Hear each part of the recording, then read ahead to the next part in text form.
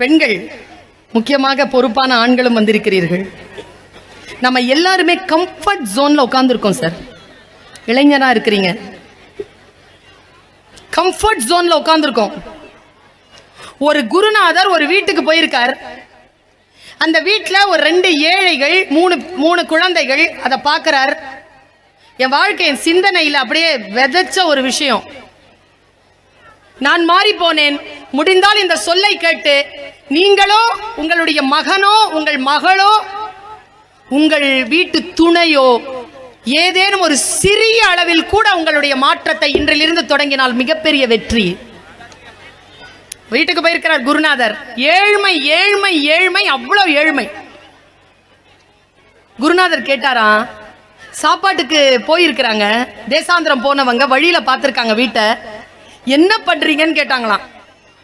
கவனமாக கேளுங்கள் பெற்றோர்கள், என்ன பண்றீங்கன்னு. நாங்க எதுவும் வேலை செய்யறது இல்லைங்க, எங்களுக்கு எதுவும் தெரியாது. ஒரு மாடு இருக்குங்க, அந்த மாடு பால் கொடுக்கும், அதை குடிப்போம், கொஞ்சம் சேர்த்து வைப்போம், கொஞ்சம் வெண்ணெயாக்குவோம், இருந்தால் விற்போம், இல்லைன்னா நாங்களே சாப்பிட்ருவோம், இவ்வளோதாங்க. எவ்வளோங்க கொடுக்கும்? இன்னும் 1 லிட்டர் 2 லிட்டர் கொடுக்கும். அப்படியா, சரி அப்படின்ட்டு அவர் கிளம்பிட்டாரு. கிளம்பும் போது என்ன பண்ணியிருக்காரு, ஒரு கொஞ்சம் தூரத்திலேயே போய் ஒரு சீடனை கூப்பிட்டு, டேய் கவா, என்ன குருவே, போயிட்டு அந்த மாடு இருக்குல்ல, ஆமா, அதை காட்டில் துரத்தி விட்டுருனார். ஐயோ செத்துருவாங்க அவங்க. சொல்றத கேளு, துரத்தி விடுனாங்க. நான் என் பெற்ற தாயின் ஆணையாக சொல்லக்கூடாது, சொல்கிறேன். என் மகனிடத்தில் சில விஷயங்களை நான் அப்படி செய்ததனால் இன்றைக்கு அவன் மிகப்பெரிய வளர்ச்சியை அடைந்து கொண்டிருக்கிறான். இந்த கதையின்படி நான் செய்தேன், என் வீட்டில் செய்தேன். நான் என்னை செய்து கொண்டிருக்கிறேன் என்பதற்காக உங்களிடத்தில் இதை பகிர்ந்து கொள்கிறேன். துரத்தி விட்டுற மாட்டேன். நான் நேரா போய் குருநாதர் சொல்றான்னு எடுத்துட்டு போய் மாட்டை விட்டுட்டாங்க. அவங்க தேசாந்திரம் போயிட்டு 4-5 வருஷம் கழிச்சு வந்திருக்காங்க. வழியில பார்த்தா அவன் சொன்னாராம், குருநாதர், அந்த வழியில நீ ஒரு மாட்டை துரத்தி விட்டல, அந்த வழிதான் இது, அங்க ஒரு வீடு இருக்கும், போய் என்ன ஆச்சுன்னு பார்த்துட்டு வான்னு. போய் பார்த்தா அங்க குடிசை இல்ல, மாட மாளிகைகள் கட்டப்பட்டிருக்கு, நிறைய வேலைக்காரங்க, நிறைய செல்வம்.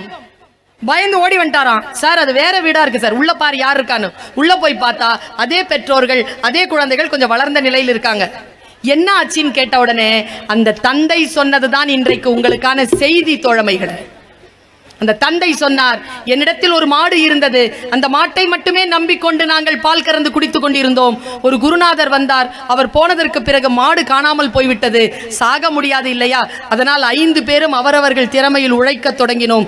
இதோ இந்த 4 ஆண்டுகளுக்குள் இவ்வளவு பெரிய வெற்றியை நாங்கள் கண்டிருக்கிறோம் என்று சொன்னார். நாமும் நம்முடைய வாழ்க்கையில் ஒரு மாட்டை கட்டி வைத்திருக்கிறோம். கம்ஃபர்ட் ஜோன்ல இருக்கிறோம். அவுத்து விடுங்க அந்த மாட்டை.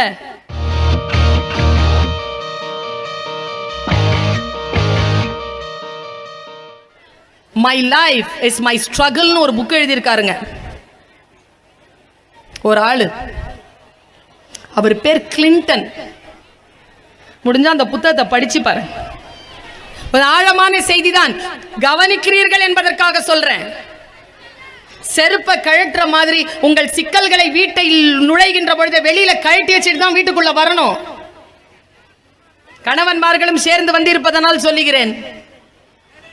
எனக்கு தெரிஞ்சு பிடிஏ மீட்டிங்ல, பேரண்ட்ஸ் டீச்சர்ஸ் அசோசியேஷன்ல நடக்கிற மீட்டிங்ஸ்ல தவிர்க்க முடியாத காரணங்கள் இல்லாமல் நீங்கள் பெற்றோராக 2 பேரும் சேர்ந்துதான் வர வேண்டும். நிறைய பார்க்கிறேன், பெண்கள் மட்டும் வந்திருக்கிறீர்கள். நம்ம வீட்டில் தான் கொண்டு வந்தோம், அவரும் தானே அதுக்கு பார்ட்டிசிபேட் பண்ணாரு, பிள்ளை பெற்றுக்கிறதுக்கு அவரும் தானே வரணும். பிரைஸ் வாங்கும் போது விட்டு குட், வெரி குட்ங்கிறீங்க.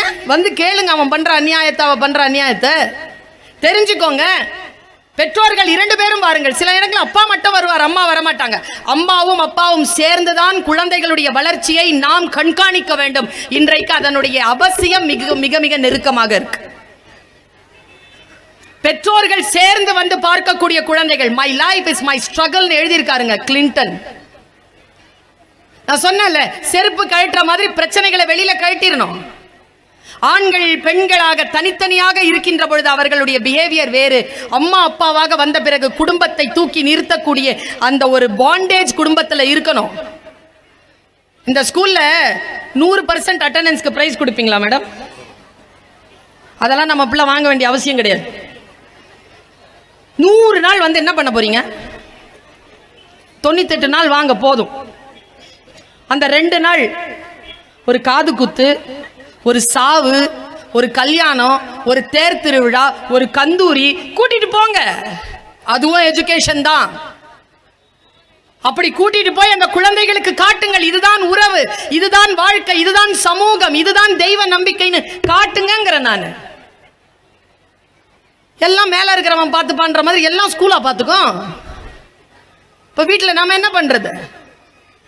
நம்முடைய வேலை என்று சிலது இருக்கிறது. கிளின்டன் ஒரு புத்தகம் எழுதினார்னு சொன்னேன்ல, என்னுடைய வாழ்க்கை என்னுடைய போராட்டம்னு ஒரு புக்குங்க. அவரு எப்படி வளர்ந்தார் தெரியுமா? கென்னடியை பார்த்து வளர்ந்தவர் கிளின்டன். பெரியவங்களுக்கு தெரியும். கென்னடியையும் கிளின்டனையும் 2 படமும் போட்டு பாருங்க. இப்போ கூகுளில் போய் பாருங்க, 2 பேரையும் பாருங்க. 2 பேரும் ஒரே மாதிரி ட்ரெஸ் பண்ணுவாங்க. அவர் நின்று பேசும்போது மட்டும் கூட கென்னடி மாதிரியே பேசுவார் கிளின்டன். இன்ஸ்பிரேஷன். 17 வயது கிளின்டன் இந்த மாதிரி ரோட்ல நின்றுட்டு பிரசிடென்ட்டை வரவேற்கும் பொழுது ஒரு மாதிரி இப்படியே நின்று முறைச்சிக்கிட்டே இருந்தாராம் பிரசிடென்ட்டை. பிரசிடென்ட் சொன்னாரு, அந்த பையனுடைய பார்வை சரியில்லை, தூக்கிட்டு வந்துட்டாங்க. நிற்கிறான் பையன், 17 வயசு. பிரசிடென்ட் கேட்டாராம், ஏன் பையன் நான் முறைச்சி பார்த்துட்டு இருந்தேன், என்ன பிரச்சனை? நான் உன்னை ஏதாவது கஷ்டப்படுத்துறேனா? Am I disturbing you? Clinton சொன்ன பதில் என்ன தெரியுமா? நாமளா இருந்தா என்ன சொல்லுவோம்? நான் எங்கேயோ பார்த்துட்டு இருந்தேன் சார், பிடிச்சிட்டு வந்துட்டாங்க சார், எனக்கு அப்படிலாம் தெரியாது சார்னு சொல்லுவோம்ல. பையன் அப்படி சொல்லலிங்க. எஸ், ஆமாம், நீ என்ன சிரமப்படுத்துற. உன் பேர் என்ன? பேர் சொன்னான். உங்க அப்பா என்ன பண்றாரு சொன்னா. எந்த இடம் சொன்னா. என்ன படிக்கிற சொன்னா. நான் என்னடா உன்னை கஷ்டப்படுத்தினேன்? நீ நிக்கிறல்ல, நீ நடக்கிற, நீ போற, நீ பேசுறல்ல, என் மூளை முழுக்க நீ தான் இருக்கிற. அதுக்கு நான் என்ன பண்ணணும்? நீ ஒன்றும் பண்ண வேண்டாம், நான் உன்னை அப்சர்வ் பண்ணிட்டு இருக்கிறேன். என்ன பண்ண போற?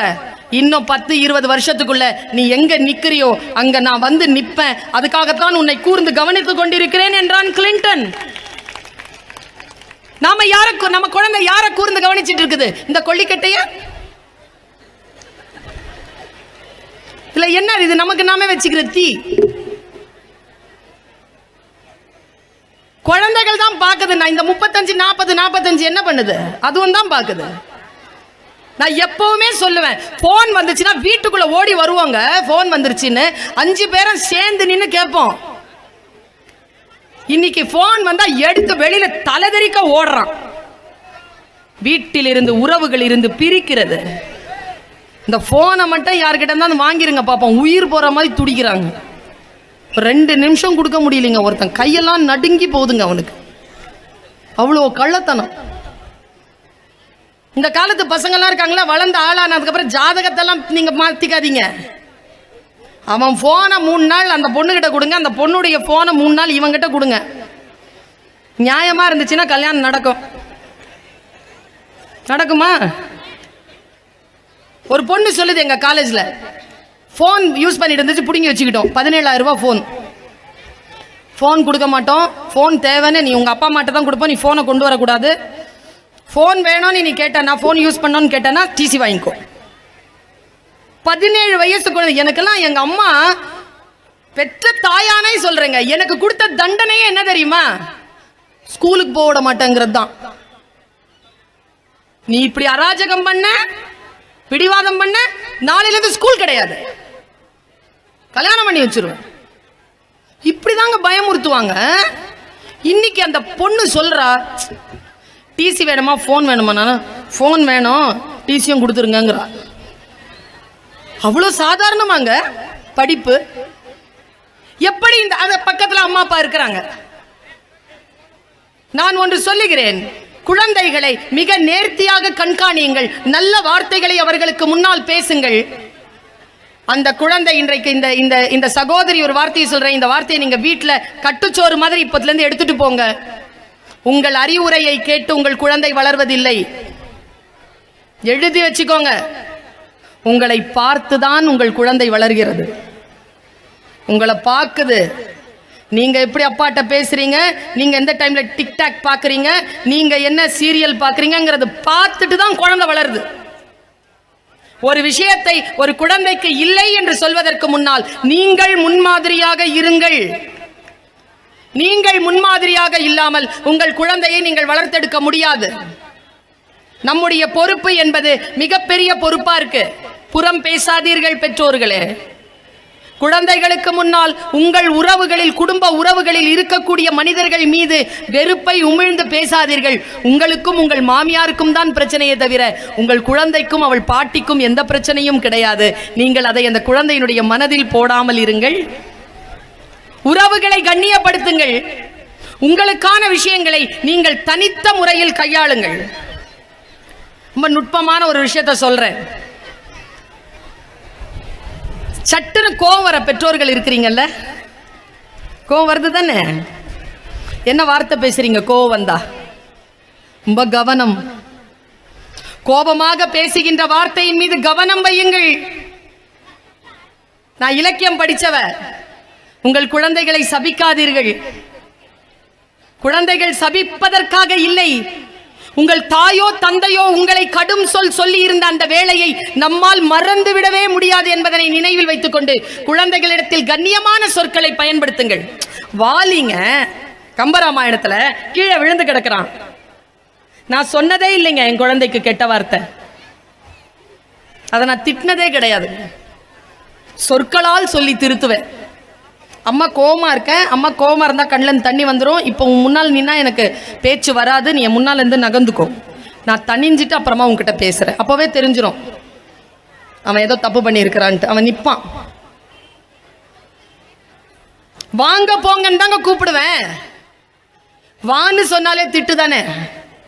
வாங்க போங்கன்னு பழக்கப்படுத்திட்டீங்க. நான் வான்னு சொன்னாலே திட்டு தானே. அதுக்கு எக்ஸ்ட்ராவா கெட்ட வார்த்தை சொல்ல வேண்டியது இல்லையே. சொற்களில் கவனம். நீங்க நினைக்கிறீங்களா இந்த பெரியவங்க எல்லாம் இருக்காங்கல்ல, இவங்களை இவங்க அப்பா என்னன்னு கூப்பிடுவாருன்னு சொல்லுங்க. சாமின்ற தவிர்த்து வேற ஏதாவது வார்த்தை சொல்லியிருப்பாங்களான்னு கேளுங்க. வா சாமி, உட்காரு சாமி, சாப்பிட்றியா சாமி, இப்படிதானங்க கூப்பிடுவாங்க. பாட்டிகள் அப்படித்தானே கூப்பிடுவாங்க. இன்னைக்கு நோ பாட்டிஸ்ங்க வீட்டில், ஒன்லி ஆன்டிஸ். ஒன்னும் ஒத்துக்க மாட்டேங்குது பாட்டின்னு, எல்லாம் ஆன்டிஸ். பாட்டிகள் இருக்கட்டும் வீட்டில், நல்ல வார்த்தைகள் வீட்டில் இருக்கட்டும். நல்ல வார்த்தைகளை பேசி வளர்க்கக்கூடிய குழந்தைகள் மிக உன்னதமான விஷயங்களை அடைகிறார்கள்.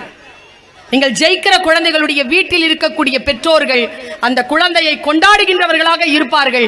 அந்த கொண்டாட்டத்தில் கண்காணிப்பும் கலந்து இருக்கும் என்பதனை மட்டும் மறந்து விடாதீர்கள். நுட்பமான ஒரு விஷயத்தை சொல்றேன், ஒரு காட்சிப்படுத்திக்கோங்க. கேமரா ஒன்று உள்ள இருக்கு, அதை ஓபன் பண்ணுங்க. எனக்கு ரொம்ப பிடிக்கும் புத்தா. உட்கார்ந்து இருக்கிறாரு புத்தர். நான் ஒரு காட்சியை மட்டும் சொல்றேன், முடிஞ்சா உங்களை அப்ளை பண்ணி பார்த்துக்கோங்க. பிரார்த்தனையுடன் இந்த வார்த்தையை சொல்லுகிறேன். ஒருவேளை என்னுடைய சொல்லை கவனமாக கேட்கக்கூடிய பெற்றோர்கள் நீங்கள் வீடுகளுக்கு போகின்ற பொழுதோ, அல்லது இங்கே வேலை செய்யக்கூடிய ஆசிரியர்கள், அல்லது இங்கே இருக்கக்கூடிய நிர்வாக உறுப்பினர்கள், அல்லது வந்திருக்கக்கூடிய அதிகாரிகள், உங்களுடைய வாழ்க்கையில் நீங்கள் ஏதேனும் ஒரு வேளை இந்த சொற்களை, இந்த விஷயங்களை சந்திக்க நேரிடும்.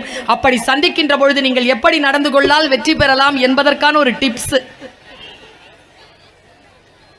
புத்தர் உட்கார்ந்திருக்கார். 4-5 பேர் 12 பேர் சேர்ந்து உட்கார்ந்துட்டு இருக்கிறாங்க, படிச்சிட்டு இருக்கிறாங்க. ஒருத்தன் வந்தாங்க. நமக்கு எப்ப தெரியுமா கோபம் வருது?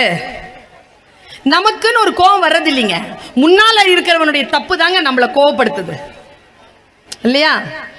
முன்னால யாராவது ஒருத்தன் நம்மளை தப்பு செஞ்சிட்டான்னா நமக்கு வெறி ஏறிடுது. அது நமக்கு எதிராக நடந்த தப்புன்னு கூட அவசியம் இல்லை, யாருக்கு செஞ்சா கூட நமக்கு கோபம் வந்துடுது. கோபத்தினுடைய உச்சத்துல தான் திரியுறமே. ஒருத்தன் கேட்டான், என்னடா என்ன சார் நாயோட வாக்கிங்கான்னா, ஏன் பார்த்தா எப்படி தெரியுதுன்னா, அவன் ஏன் சார் நீ கோவப்படுற, உன்கிட்ட கேட்கலையே, நாய்கிட்ட தானே கேட்டேன்ட்டான். அவன் அன்னைக்கு சாயந்தரம் வரைக்கும் அவனுக்கு அந்த நாய் கடிச்சிட்டு இருந்தது. கோபம். முன்னால் இருக்கின்றவர்களை ஏதேனும் செய்துவிட வேண்டும் என்ற கோபம் எல்லாருக்கிட்டையும் நான் பார்க்கிறேன். வண்டி ஓட்டுற எல்லாருக்கிட்டையும் பார்க்கிறேன். ஆசிரியர்களிடத்துல பார்க்கிறேன், எப்ப பார்த்தாலும் ஏதோ ஒரு பிரஸ்டேஷன். உட்கார்ந்துருக்கார் புத்தன், வரான் ஒருத்தன், யாரா இங்க புத்தன்னு கேட்டான். இப்படி கேட்க கூடாது தானே, யாரா புத்தன்னா எல்லாருமே அப்படியே ஸ்டக் ஆயிட்டாங்க, ஸ்டன் ஆயிட்டாங்க. கேக்குறல்ல யாரா புத்தன்னா. ஆனந்தன் எந்திரிச்சான், உட்கார வச்சுட்டு புத்தர் சொன்னார், உட்கார்ப்பா நான் தான் அப்படின்னு எந்திரிச்சார். காரி மூஞ்சில துப்பிட்டாங்க, துப்பிட்டான். துப்பின உடனே எல்லாரும் எழுந்திருக்கிறாங்க அவன் அடிக்கிறதுக்கு. எல்லாரையும் அமர்த்திட்டு புத்தன் சொன்னான், தொடச்சிக்கிட்டு அப்புறம் அப்படின்னா அவன் மறுபடியும் காரி துப்ப தொடங்கினான். உடனே ஆனந்தன் சொன்னான், அவன் அடிக்காம வாட் நெக்ஸ்ட் நான் கேக்குறீங்க குருவே, அவன் எவ்வளவு அவமானப்படுத்துறான். அதுக்கு பதில் சொன்னார் பாருங்க புத்தன், எங்க வீட்டுக்கு நீ கொண்டு போங்க இந்த விஷயத்த. புத்தன் சொன்னான், ஆனந்தா உட்கார். வந்தவனுக்கு புத்தன் யார் என்று தெரியாது, யாரா புத்தன் என்று கேட்டுதான் வந்தான். அவனுக்கு என் மீது கோபம் இல்லை, நான் ஏதோ சொல்லி இருக்கிறேன், செய்திருக்கிறேன், அந்த சொல்லின் மீதும் செயலின் மீதும் தான் அவனுக்கு கோபமே தவிர அவனுக்கு என் மீது கோபம் இல்லை. இப்போ புரியுதா? டீச்சர்ஸ், மனைவிமார்கள், கணவன்மார்கள் யாரேனும் ஒருத்தர் துன்புறுத்தி கொண்டால், நீ நான் அவருக்கு ஆகவே ஆக மாட்டேன், அப்படி இல்லை, நீ ஏதோ ஒரு சில்மிஷம் பண்ணியிருக்கிற, அது ஆகல. நீ ஏதோ ஒரு வேலை செஞ்சிருக்க, அது ஆகல. நீங்கள் ஏதோ குற்றம் செய்திருக்கிறீர்கள், அதுதான் உங்களுடைய தலைமை ஆசிரியருக்கும் உங்களுக்கும் பிரச்சனையை தவிர உங்களுக்கும் தலைமை ஆசிரியருக்கும் ஒன்றும் பிரச்சனை கிடையாது. இதை தெளிவுபடுத்திக்கிட்டோம்னா வாழ்க்கையில் தோல்வி கிடையாது. போனவன் அழுது திரும்பி அடுத்த நாள் வந்தான், வந்து மன்னிப்பு கேட்டான். உங்கள் கருத்தின் மீது தானே எனக்கு கோபம், நான் அந்த கருத்தை தானே எதிர்த்திருக்க வேண்டும், நான் உங்களை துன்புறுத்தி விட்டேனே அழுறான். நான் என்ன செய்ய வேண்டும் தோழனேன்னு கேட்டார் புத்தர். என்னை மன்னித்து விடு புத்தா, என்னை மன்னித்து விடுனா. இப்ப புத்தன் என்ன செய்யணும் சார்?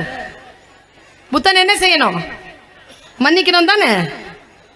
புத்தன் சொன்னான் முடியாது. இரண்டாவது பாடம் நீங்க எடுத்துட்டு போக வேண்டியது. முடியாதுன்னா ஏன் என்று கேட்டான் முன்னால் இருந்தவன்.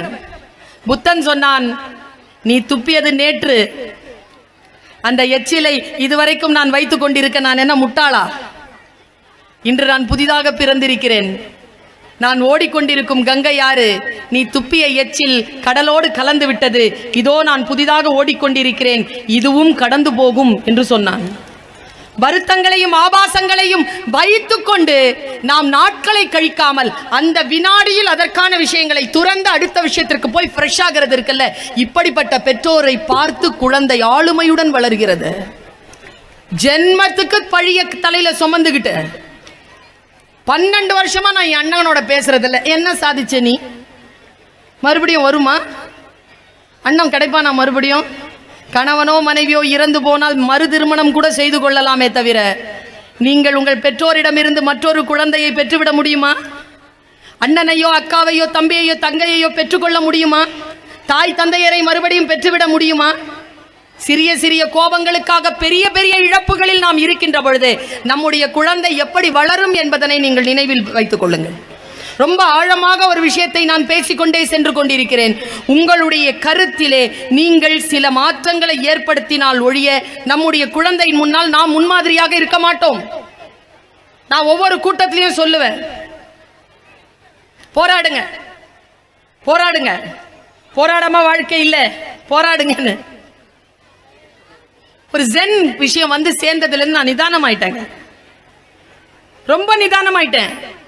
என்னுடைய 5-10 வருடங்களுக்கு முன்னால் என்னுடைய பேச்சை நீங்க கேளுங்க, 5 வருஷத்துக்கு அப்புறமா என்னுடைய பேச்சை நீங்க கேளுங்க. ஒரு மாற்றம் நிகழ்ந்து இருக்கும். அதுல ஒரு சின்ன நிதானம் இருக்கும். இந்த மூளைக்கும் இந்த நாக்குக்கும் நடுவில் இருக்கக்கூடிய 6 இன்ச்சு, அதை கரெக்டா அந்த இன்ச்சை பயன்படுத்திக்கிட்டு தான் பேசணும். இந்த நிதானம் எனக்கு வந்ததற்கு காரணம் சொல்றேன். நான் எதுவாக இருந்தாலும் பிரச்சனைகள் என்று வருகின்ற பொழுது நிதானமா இருங்க. ஒரு பாம்பு இருந்ததா, என்னை நிதானப்படுத்திய விஷயத்தை சொல்றேன். ஒரு பாம்பு இருந்தது, அது ஒரு வீட்டுக்குள்ள நுழைஞ்சது. சின்ன மேட்டர் தான், உங்க வாழ்க்கையில தான் மாற்றத்தை கொண்டு வரதான்னு பாருங்க. சின்ன மேட்டர் தான். நுழைஞ்ச பாம்பு கிச்சனுக்குள்ள நுழைஞ்சிருச்சான். கிச்சனுக்குள்ள போனது, கத்தி இருந்தது, கத்தியில பட்டுருச்சு. உடம்ப வெட்டிருச்சு. உடனே திரும்பிச்சான் கத்திக்கிட்ட. அந்த நேரம் பார்த்து மேகம் விலகி சூரியன் பட்டு சூரியனுடைய ஒளி அந்த கத்தியில பளபளத்திருக்கு. பாம்பு கேட்டுச்சான், என்னையா வெட்டின? அதை அப்போ ரிஃப்ளெக்ட் பண்ணிருச்சு வெளிச்சம். நான் கேள்வி கேட்குறேன், வெளிச்சம் போட்டு என்ன கிண்டல் பண்றியா? நேரா போய் ஒரே கொத்து, வாய் கிழிஞ்சிருச்சு. வெட்டவும் செஞ்சு கேள்வி கேட்கும் போது மிரட்டவும் செஞ்சு இப்ப வாய வேற கிழிக்கிறியான்னு கட்டி புரண்டு அந்த கத்தியோடு சண்டை போட்டது துண்டு துண்டாக போனது என்று ஒரு ஜென் கதை. போராடலாம், யாரோடு என்பதில் தெளிவு இருக்க வேண்டும். யாரோடு போராடுவது, எப்படி போராடுவது? போராட்டம் என்றால் என்ன? புத்தியோடு இருக்கக்கூடியவர்கள் தான் வாழ்க்கையில் ஜெயிக்கிறார்கள். நல்ல 2 விஷயத்தை சொல்லிக் கொடுக்கிறேன் பெண்களே. இமோஷன் ஒன்னு இருக்கு, புத்தின்னு ஒன்னு இருக்கு, உணர்ச்சின்னு ஒன்னு இருக்கு, அறிவுன்னு ஒன்னு இருக்கு. உணர்ச்சி மேல போகும்போது அறிவு குறையும், அறிவு மேல போகும்போது அந்த உணர்ச்சி குறையும். 2த்தையும் பேலன்ஸா வச்சுக்கோங்க. 2த்தையும் பேலன்ஸா வச்சுக்க தெரிய வேண்டும் நமக்கு. பல நேரங்களில் புத்தியையும் உணர்ச்சியையும் சரியாக நிர்வகிக்க தெரியாதவர்கள் தான் வாழ்க்கையில் தோற்று போகிறார்கள். நாம் குழந்தைகளுக்கு முன்மாதிரியாக இருக்க வேண்டும் என்பதற்காக நான் இதை சொல்லிக் கொண்டிருக்கிறேன். சமீபத்தில் நான் இந்த மாதிரி பெருங்கூட்டம், அதுக்கு பேசணும், ஆனா ரொம்ப சத்தமா இருக்கு. நான் என்ன பண்ணேன், பேசுறதுக்கு முன்னால அத்தனை பேருடைய கவனத்தையும் கவர்வதற்கென்றால் முதலில் நான் சைலண்டா இருக்கணும். நானும் கொதி நிலையில இருந்தேன்னா உங்ககிட்ட பேச முடியாது. நான் டென்ஷன் ஆனா உங்களோட பேச முடியாது. நான் ரொம்ப நிதானமா இருந்தா தான் பேச முடியும். ஓரமா வந்து உட்காந்துட்டேன், நிதானமா உட்காந்துட்டேன். ஒரு புத்தகத்தை எடுத்து, இதுல நிறைய புக்ஸ் இருக்கு, ஒரு புத்தகத்தை எடுத்து திறந்தேன். அந்த புத்தகம் பைபிள். பைபிள் திறந்துட்டேன். எனக்கு ஒரு அதிகாரம் வருது, சொற்கள் தான். பெற்றோர்களை நான் சொல்லுகிறேன், உங்க குழந்தைக்கு நீங்க படி படி என்று சொல்லுவதற்கு முன்னால் எந்த சொல்லையும் புரிந்து கொள்ளக்கூடிய கெப்பாசிட்டியை வளர்த்துக்கிட்டீங்கன்னா நீங்க என்ன சொல்றீங்கிறத உங்க குழந்தை என்ன சொல்றாங்கன்றதும் நீங்க புரிஞ்சுக்கிட்டாலே முடிஞ்சது. வாழ்க்கை ரொம்ப அழகா இருக்கும். சொற்களை முதலில் புரிந்து கொள்ளுங்கள். என்டர்டெயின்மெண்ட் இருக்குல்ல, அதை கொஞ்சம் குறைங்க. நிறைய டிவி சீரியல் பார்க்கறத நிறுத்துங்க. என்ன இப்படி சொல்றீங்களே, சீரியல் பார்க்காதீங்க. சீரியல் பார்க்காதீங்கன்னு சொல்றாங்கன்னு ஒரு அம்மா பக்கத்தில் இருக்கிற ஆளுக்கு சொல்லுது. இங்க என்ன நடக்கும் தெரியுமா? மனவளம் குன்றிய குழந்தைகள் பிறப்பார்கள். நான் சொல்லல, எந்த சீரியலாவது ஒழுக்கமான ஏதாவது ஒரு விஷயத்த சொல்லுதா? ஒரு சீரியலை பார்த்து பயந்து போனேங்க நானு. 3வது புருஷனுடைய 2வது பொண்டாட்டியினுடைய குழந்தைக்கு இந்த 4வது புருஷனுடைய தம்பி பையனுக்கு கல்யாணம் பார்த்து வைக்கிறாங்கன்ட்டு ஒரு கதை. என்ன பண்ண போறீங்க நீங்க இந்த குடும்ப சிக்கல்களை? இந்த மாமியார என்ன பண்ணணும் தெரியுமா அப்படிங்கிறது ஒரு அம்மா டிவியை பார்த்துக்கிட்டு. எங்க ஊர்ல ஒரு வயசான அம்மா டிவி பார்த்துட்டு இருந்தது. எல்லாரும் வந்து அந்த திருடன் வந்து எல்லாத்தையும் திருடிட்டு போயிட்டான் சார். அது டிவி பார்த்துட்டே இருக்குது. அவன் பார்த்தான், கிளவி டிவி பார்க்கறதுல ஜோரா இருக்குது. டிவியை பார்த்தான், எல்இடி தூக்கிட்டாங்க.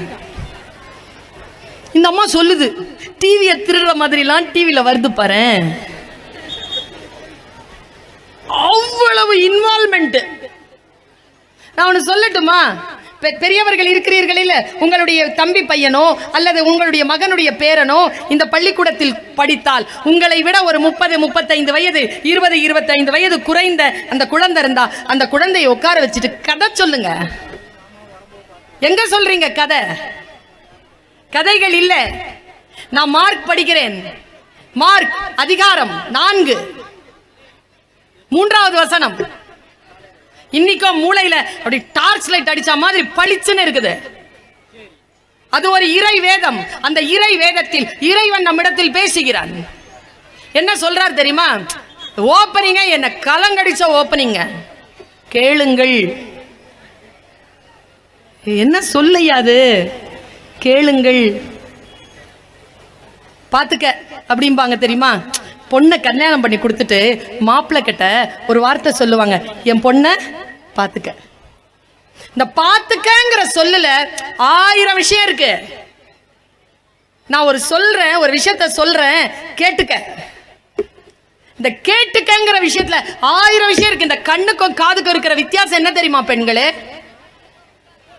கண் போய் பார்க்கும், காதுல வந்து விழும். இதுக்கு மூடி இருக்கு, இதுக்கு மூடி கிடையாது. காதுங்கிறது வெறும் காது கிடையாது, அலங்காரம் செய்து வைத்துக் கொள்வதற்கான ஒரு பொருள் கிடையாது. இந்த பொறி நல்ல வார்த்தைகள் காதுல விழும். நான் ஒவ்வொரு மேடையிலும் சொல்லுகிறேன், நல்லா தெரிஞ்சுக்கோங்க. குர்ஆனில் ஒரு வசனம் இருக்கிறது, நான் உன்னை தண்டிக்க வேண்டும் என்று முடிவு செய்து விட்டால் உன் சிந்தனைக்கு திரையிட்டு விடுகிறேன். நான் என்ன சொன்னாலும் விளங்காது. ஏனென்றால் கடவுளின் கோபம் இருக்கின்ற பொழுது எவ்வளவு அட்வைஸ் சொன்னாலும் கேட்க மாட்டாங்கல்ல சார். வேணாம்ப்பா செய்யாதப்பா கேட்க மாட்டாங்க. ஏனென்றால் கடவுளின் கோபம் இருக்கிறது. நான் பிரார்த்திக்கிறேன், அந்த கோபம் இல்லாமல் சொல்லுகின்ற சொல் நமக்கு புரிய வேண்டும். என்ன சொல் தெரியுமா? மார்க் அந்த அதிகாரம் சொல்லுகிறது நமக்கு. கேளுங்கள். 8 வசனங்க. என்ன புரட்டி போட்ட வசனையா? புரட்டி போட்ட வசனம் 8 வசனம். ஒரு வசனம் என்ன தெரியுமா? கதை மாதிரி வருதுயா. கதை. நீங்க எல்லாம் விவசாய பூமியில இருக்கிறவங்க தானே?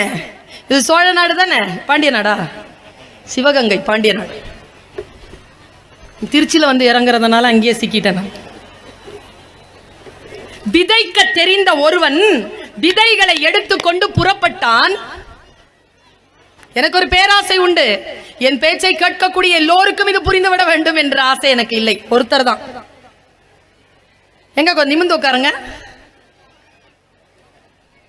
சொன்னவுடன் கீழ்ப்படிந்து நிமிர்ந்து உட்கார்ந்தவர்கள் வாழ்க்கையில் ஒரு அதிசயம் நடந்திருக்கிறது. 2 இன்ச்சு உயர்ந்து இருக்கிறோம்.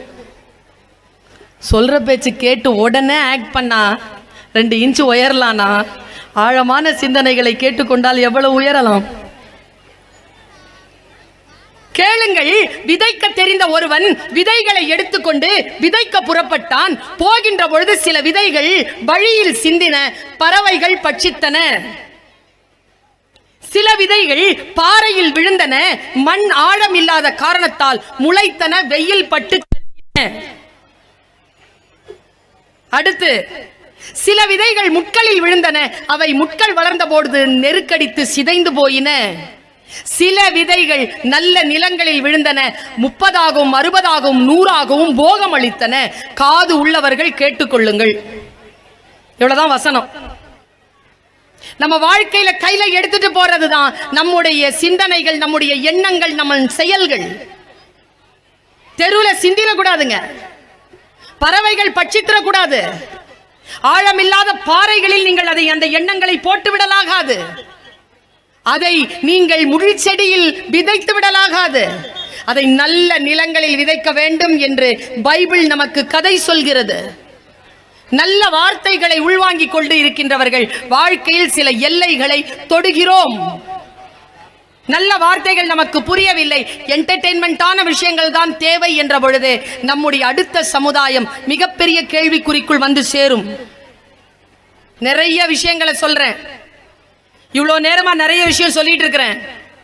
உங்கள் மனம் நெகிழக்கூடிய, நான் இலக்கிய பேச்சாளர் இல்லையா, உங்கள் மகனதை நெகிழக்கூடிய ஒரு 2 விஷயத்தை சொல்லிட்டு போயிடுறேன், அவ்வளவுதான் என் நேரம். பெண்கள், முக்கியமாக பொறுப்பான ஆண்களும் வந்திருக்கிறீர்கள். நம்ம எல்லாருமே கம்ஃபர்ட் ஜோன்ல உட்கார்ந்துருக்கோம் சார். இளைஞனா இருக்கிறீங்க, கம்ஃபர்ட் ஜோன்ல உட்கார்ந்துருக்கோம். ஒரு குருநாதர் ஒரு வீட்டுக்கு போயிருக்கார். அந்த வீட்டில் ஒரு 2 ஏழைகள், 3 குழந்தைகள். அதை பார்க்கிறார். என் வாழ்க்கை, என் சிந்தனையில் அப்படியே விதைச்ச ஒரு விஷயம். நான் மாறி போனேன். முடிந்தால் இந்த சொல்லை கேட்டு நீங்களோ, உங்களுடைய மகனோ, உங்கள் மகளோ, உங்கள் வீட்டு துணையோ ஏதேனும் ஒரு சிறிய அளவில் கூட உங்களுடைய மாற்றத்தை இன்றிலிருந்து தொடங்கினால் மிகப்பெரிய வெற்றி. வீட்டுக்கு போயிருக்கிறார் குருநாதர். ஏழ்மை ஏழ்மை ஏழ்மை, அவ்வளவு ஏழ்மை. குருநாதர் கேட்டாரா, சாப்பாட்டுக்கு போயிருக்கிறாங்க, தேசாந்திரம் போனவங்க வழியில பார்த்திருக்காங்க வீட்டை, என்ன பண்றீங்கன்னு கேட்டாங்களாம்.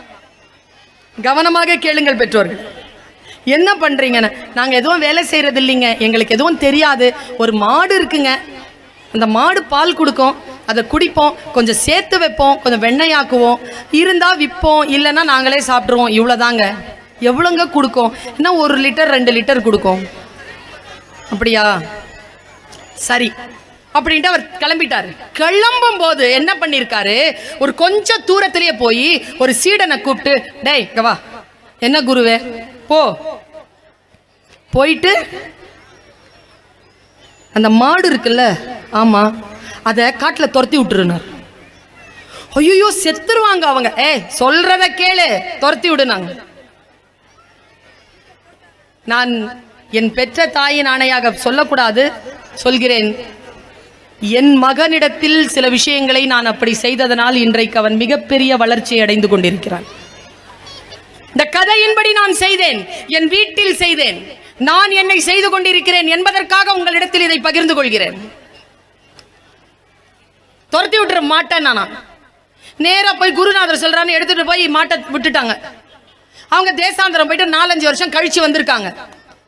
வழியில பார்த்தா அவன் சொன்னாராம், குருநாதர், அந்த வழியில நீ ஒரு மாட்டை துரத்தி விட்டல, அந்த வழிதான் இது, அங்க ஒரு வீடு இருக்கும், போய் என்ன ஆச்சுன்னு பார்த்துட்டு வான்னு. போய் பார்த்தா அங்க குடிசை இல்ல, மாட மாளிகைகள் கட்டப்பட்டிருக்கு, நிறைய வேலைக்காரங்க, நிறைய செல்வம். பயந்து ஓடி வந்துட்டாராம். சார் அது வேற வீடா இருக்கு சார், உள்ள பாரு யார் இருக்கான்னு. உள்ள போய் பார்த்தா அதே பெற்றோர்கள், அதே குழந்தைகள், கொஞ்சம் வளர்ந்த நிலையில் இருக்காங்க. என்ன ஆச்சுன்னு கேட்ட உடனே அந்த தந்தை சொன்னதுதான் இன்றைக்கு உங்களுக்கான செய்தி தோழமைகள். அந்த தந்தை சொன்னார், என்னிடத்தில் ஒரு மாடு இருந்தது, அந்த மாட்டை மட்டுமே நம்பிக்கொண்டு நாங்கள் பால் கறந்து குடித்துக் கொண்டிருந்தோம். ஒரு குருநாதர் வந்தார், அவர் போனதற்கு பிறகு மாடு காணாமல் போய்விட்டது, சாக முடியாது இல்லையா, அதனால் 5 பேரும் அவரவர்கள் திறமையில் உழைக்க தொடங்கினோம். இதோ இந்த 4 ஆண்டுகளுக்குள் இவ்வளவு பெரிய வெற்றியை நாங்கள் கண்டிருக்கிறோம் என்று சொன்னார். நாமும் நம்முடைய வாழ்க்கையில் ஒரு மாட்டை கட்டி வைத்திருக்கிறோம், கம்ஃபர்ட் ஜோன்ல இருக்கிறோம். அவுத்து விடுங்க அந்த மாட்டை. ஏன் இன்றைக்கும் உயராமல் அதே இடத்தில் இருக்கிறோம் என்றால், சில விஷயங்களை நாம் அவுட் ஆஃப் த பாக்ஸ் சிந்திக்கிறதே இல்ல. மழை பெய்யுது இல்ல, வீடு ஒழுகுது இல்ல, பாத்திரத்துல தண்ணி பிடிச்சி யூஸ் பண்றோம்ல, கொஞ்சம் வெளியில வந்து பாருங்க, அதே மழைதான் பொழிகிறது, கடலும் ஆறும் கிணறும் நிரம்பிக் கொண்டிருக்கின்றன. பாத்திரம் பெருசா இருக்கணும். பாத்திரத்தை பெருசா வச்சுக்கிட்டோம்னா மழை எல்லோருக்கும் பெய்கிறது. நீங்கள் ஒன்றை புரிந்து கொள்ள வேண்டும், மனதை நெகிழக்கூடிய விஷயங்களை மக்களுக்கு சொல்லிக் கொடுங்க. பகையை வளர்க்காதீர்கள்.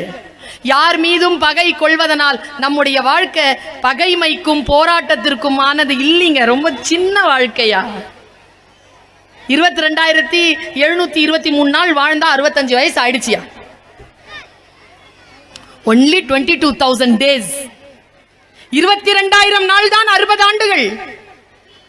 அதுல இப்பெல்லாம் வாழ்ந்தது கழிச்சிருங்க, மீதி இருக்கிறது ரொம்ப குறைவு. குவாலிட்டி டைம், நேரத்தை மரியாதை செய்யுங்கள். என்னுடைய தகப்பனார் மரணப்படுக்கையில் சொன்னார், காலத்திற்கு பயந்துகொள். 3 மணி நேரத்தில் அவர் உயிரோட இல்லைங்க, சக்கராத்துல இருந்தாருங்க.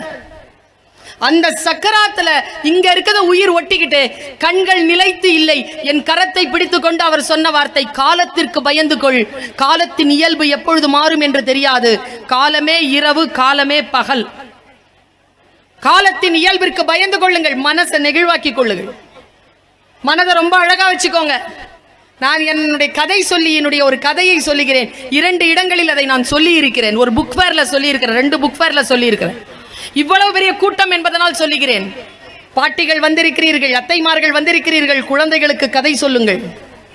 என் பாட்டி எனக்கு கதை சொல்லுவாள். அந்த கதை சொல்லி என்னிடத்தில் சொன்னார். என் கல்லூரியில் மேடையில் நின்று கொண்டு சொன்னார். என் அம்மாவை நினைவுபடுத்தினார். என் அம்மா எனக்கு நிறைய கதை சொல்லுவாங்க. நான் ஏன் தெரியுமா இன்றைக்கு மேடையில் பேச்சாளராக இருக்கிறேன்? என் தாயின், என் தகப்பனின் மொழிகளை நிறைய கேட்டவள் நான். என் மொழியை என் பெற்றோர் நிறைய கேட்டார்கள். என்ன இருந்தாலும் எங்க அப்பா கவிதையில தான் சொல்லுவார். என் அம்மா அவர் அந்த கதை சொல்லி சொன்னார். அதுதான் என் வாழ்க்கையில் நடந்திருக்கிறது. கிழிந்த பாயில் என்னை படுக்க போட்டுக்கொண்டு பறக்கும் கம்பளங்களை பற்றி கதை சொல்லுவாள். அவள் கதைகளில் ஒரு நாளும் கிழிந்த பாய்கள் வந்ததே இல்லை. என் பாட்டி என்னை மடியில் சாய்த்து வைத்துக் கொண்டு நட்சத்திரங்களை காட்டி அதை பறித்து என் சட்டை பையில் போடுவாள். நடந்திருக்கா இல்லையா? சட்டை பையில் அந்த நட்சத்திரங்களை வைத்துக் கொண்டு நான் தூங்கி இருக்கிறேங்க. காலையில் எழுந்து என் பாட்டியிடம் சொல்லுவேன், பாட்டி நீ கொடுத்த அம்மம்மா நீ கொடுத்த நட்சத்திரங்களை காணோம். அம்மம்மா சொல்லுவாள், மொழி தெரியாத என்னிடத்தில் சொல்லுவாள், அந்த நிலாதான் எடுத்துக்கொண்டு போயிருக்கும், கொஞ்சம் காத்திரு, நிலா வரட்டும், மறுபடியும் அதனிடம் இருந்து வாங்கி தருகிறேன். கதை சொல்லி வளர்ப்பாள் என் பாட்டி. அவள் கதைகளில் திருடர்கள் கூட வருவார்கள் பெற்றோர்களே, ஆனால் ஒருத்தி கூட ஒருவன் கூட கெட்டவர்களாக இருந்ததே இல்லை. நம் இனத்திலே திருடர்கள் கூட கெட்டவர்கள் இல்லை என்பதுதான். யாரும் கெட்டவர்கள் கிடையாது. சொல்றாரு, வைக்கம் பஷீரை பத்தி ஒரு கதை சொன்னாரு. அதை சொல்லிட்டு நான் போய் உட்கார்றேன். உங்கள் மனம் நெகிழ்ந்து விட்டதா? நீங்கள் நன்றி உடையவர்களாக ஆகிவிட்டீர்களா? உங்கள் குழந்தைக்கும் உங்கள் கணவனுக்கும் உங்கள் மனைவிக்கும் இன்றிலிருந்து ஒரு நன்றி அறிதலான ஒரு பார்வையோ ஒரு மொழியையோ நீங்கள் சொல்ல தொடங்கினீர்களா? நீங்கள் மிகச்சரியான பெற்றோர். பேரண்டல் ஆட்டிடியூட் உங்களுக்கு வந்துவிட்டது என்ற அர்த்தம். வைக்கம் முகமது பஷீர்னு ஒரு எழுத்தாளன். அவன் லெட்டர் எழுதிட்டே கதை எழுதிட்டே இருந்தாரான். 2 நாளா எழுதிட்டே இருக்காரு. சாப்பிட மறந்துட்டாராங்க. என் மனசை மாத்திய கதை. மறந்துட்டு திடீர்னு வயிறு என்னமோ பண்ணி இருக்குது. மூடி பண்ணி வச்சுட்டு புத்தகத்தெல்லாம் மூடிட்டு ஜிப்பா மாட்டிட்டு வேஷ்டிலாம் கட்டிட்டு நேரம் சாப்பிட போயிருக்காருங்க. காசு எடுத்துக்கிட்டு போய் பார்த்தா சாப்பிட்டாரு. மசால் தோசை சாப்பிட்டாரு. கல்லா பெட்டியில வந்து ஜோவில் கை போடுறாரு. காசு இல்லை, காணோம். அவரு அதிர்ச்சி ஆயிட்டாரு. மனசுல படம் ஓடுது, மாவாட்டுற மாதிரி, டேபிள் துடைக்கிற மாதிரிலாம். அந்த கல்லாப்பெட்டிக்காரங்கிட்ட போய் சொன்னாராம், ஐயா நான் ஒரு எழுத்தாளன், சாப்பிட்டேன், காசு கொண்டு வந்த ஞாபகம் இருக்கு, இப்ப இல்ல, கொஞ்சம் வெயிட் பண்ண, நான் வீட்டுல இருந்து போய் கொண்டு வந்துடுறேன்னு. கல்லாப்பெட்டிக்காரன் சிரிச்சானாங்க. வைக்கம் முகமது பஷீர் எழுதுகிறார். கல்லாப்பெட்டிக்காரன் சிரிச்சானா. யாரடா ஏமாத்த பாக்குறேன் நானா டா சொன்ன உடனே இவருக்கு அலர்ட் ஆயிட்டார். வயசானவர். இல்லப்பா உண்மையா தான் கொண்டு வந்தேன். யார் கட்டடா போய் சொல்றேன்னு ஆரம்பிச்ச உடனே நான் என்னப்பா செய்யறதுன்னு கேட்டிருக்காரு. திரும்பி பார்த்தா 60-70 பேர் சாப்பிட்டுட்டு இருக்காங்க அந்த ஹோட்டல்ல. அவர் சொல்றாரு, சட்டையை கழட்டுடான்னு. அவர் நடுக்கமாயிடுச்சான் அவருக்கு. சட்டையை கழட்ட சொல்றானேன்னு திரும்பி பார்க்கிறாரு. 70 பேரும் வேடிக்கை பார்க்கறாங்க, சாப்பிட்டுட்டு இருக்கிறாங்க. வைக்கம் பஷீர் சொல்லுகிறார், என் சட்டையை கழட்டு என்று ஒருவன் அவமானம் செய்கிறான். 70 பேரில் ஒருவருக்கேனும் 2 ரூபாய் கொடுத்து என்னை காப்பாற்ற வேண்டும் என்று தோன்றவே இல்லை. அவர்களுக்காகத்தான் நான் எழுதி கொண்டிருக்கிறேன் என்று சொல்கிறார். எழுந்திருச்சு அவன் அடிக்க வரும்பொழுது சட்டையை கட்டி வச்சிட்டார். அடுத்ததான் அவன் சொன்னானா, கல்லாப்பெட்டிக்காரன் சொன்னானா, வேஷ்டியை கழட்டுடான். அவரால் தாங்க முடியவில்லை. உடல் நடுங்குகிறது. வேஷ்டியை கழட்ட முடியல. துடிச்சு அவர் வேஷ்டியின் மீது கை வைத்ததை பிடித்துக் கொள்ளும் பொழுது வெளியில இருந்து ஒரு குரல் வந்துச்சான், வேஷ்டிலாம் கழட்டாத சார், இரு சார். நேரா வந்தானா. வந்துட்டு 2 ரூபாவை எடுத்து கல்லாப்பெட்டியில வீசி அடிச்சுட்டு வச்சுக்க அப்படின்னு சொல்லிட்டு தர தர தர தரன்னு அவரை இழுத்துட்டு வெளியில வந்து ஜிப்பாவை மாட்ட செய்து, என்ன சார் காசு யாராவது அடிச்சிட்டானா என்று கேட்டவன் தன் வேட்டியை அவிழ்த்து காட்டினான். அதில் 20 பணப்பைகள் இருந்தன. இதுல எது சார் உந்து என்று கேட்டானாம். அவர் அதிர்ந்து போனார். அதில் அவர் பணப்பை இல்லை. அவன் வைத்துக்கொண்டு இல்லையா சார் என்று நடந்தான். என் கண்கள் பணித்தன. என் உடல் நடுக்கம் தீரவில்லை. அவனை அழைக்க வேண்டும் போல் இருந்தது. அவனிடத்தில் நான் ஏதேனும் சொல்ல வேண்டும். எனக்கு அவன் பெயர் தெரிய வேண்டும். ஆனால் அவன் கண்ணில் இருந்து மறைந்து விட்டான் என்று சொல்லி வைக்கம் பஷீர் முடிக்கிறார். அவன் யாராக இருந்தால் என்ன, அவன் பெயர் எதுவாக இருந்தால் என்ன, என்னை பொறுத்த அளவில் இந்த வினாடியில் அவன் பெயர் 2 தான். ஒன்று அறம், இல்லை என்றால் கருணை என்று எழுதுகிறார். அறத்துடனும் கருணையுடனும் இருக்கக்கூடியவர்கள், மனித மனதை மாற்றக்கூடிய கதைகள், நமக்கு நம் வாழ்க்கையின் கெட்ட வழிகளில் இருந்து நம்மை மீட்டெடுக்கக்கூடிய கதைகள் நம்முடைய கதைகள். நம்முடைய வளர்ப்பு போல் மேலை நாடுகளில் வளர்ப்பு கிடையாது பெற்றோர்களே. இதை நாம் கெடுத்து கொள்ளாமல் இருக்க வேண்டும் என்றால் நம்முடைய மரபு சார்ந்த உடை, மரபு சார்ந்த உணவு, மரபு சார்ந்த சிந்தனைகளில், இறை கொள்கைகளில் நாம் அடியோடு நம்மை இணைத்து கொண்டிருக்க வேண்டும். அப்பொழுதுதான் நாம் நல்ல பெற்றோர்களாக இருக்க முடியும். அடுத்த முறை நான் எங்கேனும் உங்கள் குழந்தையை சந்திக்கலாம் அல்லது உங்களை சந்திக்கலாம். அப்பொழுது அவர்கள் நான் என்ன என்ன நினைப்புகளில் பேசியிருக்கிறேனோ அந்த உச்சங்களை தொட்ட மனிதர்களாக அவர்கள் என்னோடு வந்து பேசக்கூடிய சூழலை இறைவன் ஏற்படுத்தி தர வேண்டும் என்கின்ற பிரார்த்தனையோடு உங்கள் அத்துணை பேருக்கும் வாழ்த்துகள் சொல்லி நிறைவு செய்கிறேன். நன்றி, வணக்கம்.